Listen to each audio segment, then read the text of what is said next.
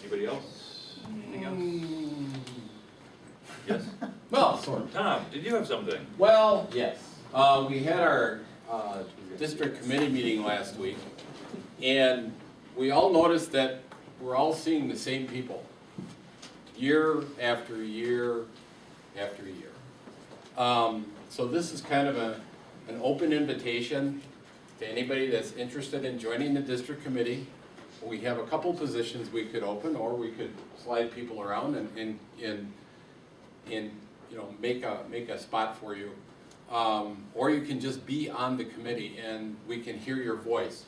The district committee kind of gives the district the direction, and you kind of get to know, you know, what happens as far as district operations. The pay is exactly the same as you're getting now. Unfortunately, we don't have a pay increase for this, but occasionally Tootsie Roll Pops are served. So if you want to join us, please give Stephen an email, or if you know somebody in your group that would be interested in possibly participating in the committee level, maybe, you know, an older scouter who's been around a little bit and still wants to contribute and doesn't exactly know where he fits in, we would be glad to have him on the committee. Thank you. What are some of the kind of jobs that we have on the committee? Well, John is on the committee as our F-West person. We have a popcorn person. We have a membership person. We have a training person for both the Cubs and the Boy Scouts. We have outings people. We have camporee individuals, roundtable commissioners, all kinds of, it's a wide variety of positions. And they can be they don't have to be outdoor jobs, they can be indoor jobs. It could be that you make some phone calls promoting our camps and things like that to the units, and camping opportunities, things like that. So we're looking for people to help spread the word about our district events and district operations is what we're really looking for. And to bring ideas to the table. So that's what we're looking for.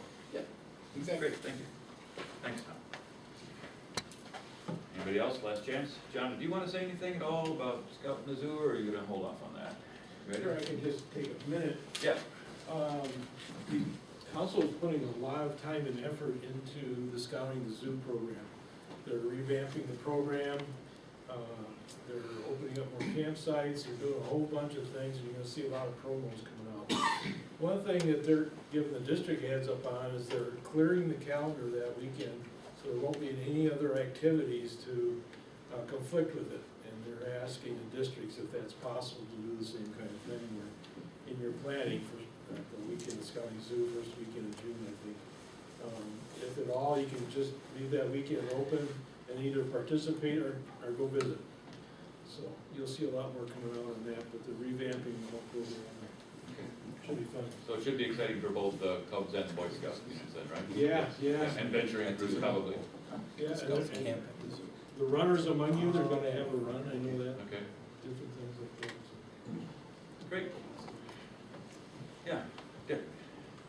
As the Council Youth Protection Training champion, I want to remind everybody with rechartering coming up, the national policy is that everybody that is to be rechartered must be current in youth protection training. So check now to do that, and for those people that have done it online, I want to encourage you to make sure that your member number is part of your My Scouting profile. Back in November, I think I did a presentation on that. Later that night, some Cubmaster called me up and said, I can't see what you said I'm supposed to see. And I said, here's your member number, here's how to put it in, and he said, thank you. Okay. So it's really worth doing that type of thing, and if anybody's got any question, they can check with me. Should we put your dick.kroll@gmail.com. dick.kroll@gmail.com. Yep, I get requests all the time for, you know, why can't I see this, or why doesn't this work?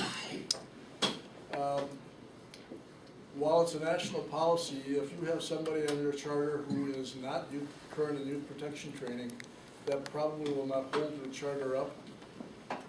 The council really doesn't want to hold charters up just because somebody is not current in youth protection training, or at least critical people. There's one district that is planning on not rechartering people that are not critical to the charter, like maybe an assistant den leader or a member of the committee, that they won't be allowed to recharter. But if you have chartered organization representatives, which might be your hardest ones to get current youth protection training, that won't be a problem.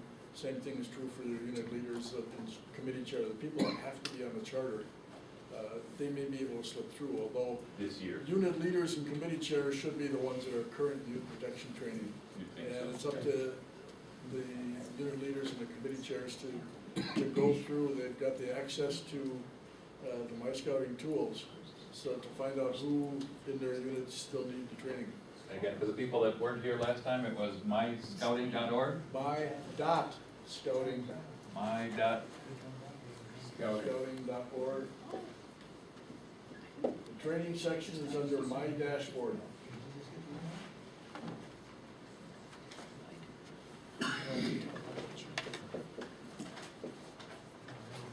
And it's not the most intuitive website I've ever seen, but you can crawl around and find some good stuff up there. I'll email you. Thank you, Dick. Are you still council commissioner, right? Is that your job? I am an assistant council commissioner, a Okay. unit commissioner in Rook River, and I got a couple things that, I'm Commissioner Tools champion and youth protection training. Youth protection training champion is an actual position. I have a membership card that says that I'm Go figure. And what, a 40-year veteran of scouting or something like that too, huh? Yeah, good, good. So Dick's a guy that you can go to with questions about this sort of thing. Time to split? And the split. Okay, Cub Scouts, follow Tom. Cub Scout leaders, rather, follow Tom. Okay.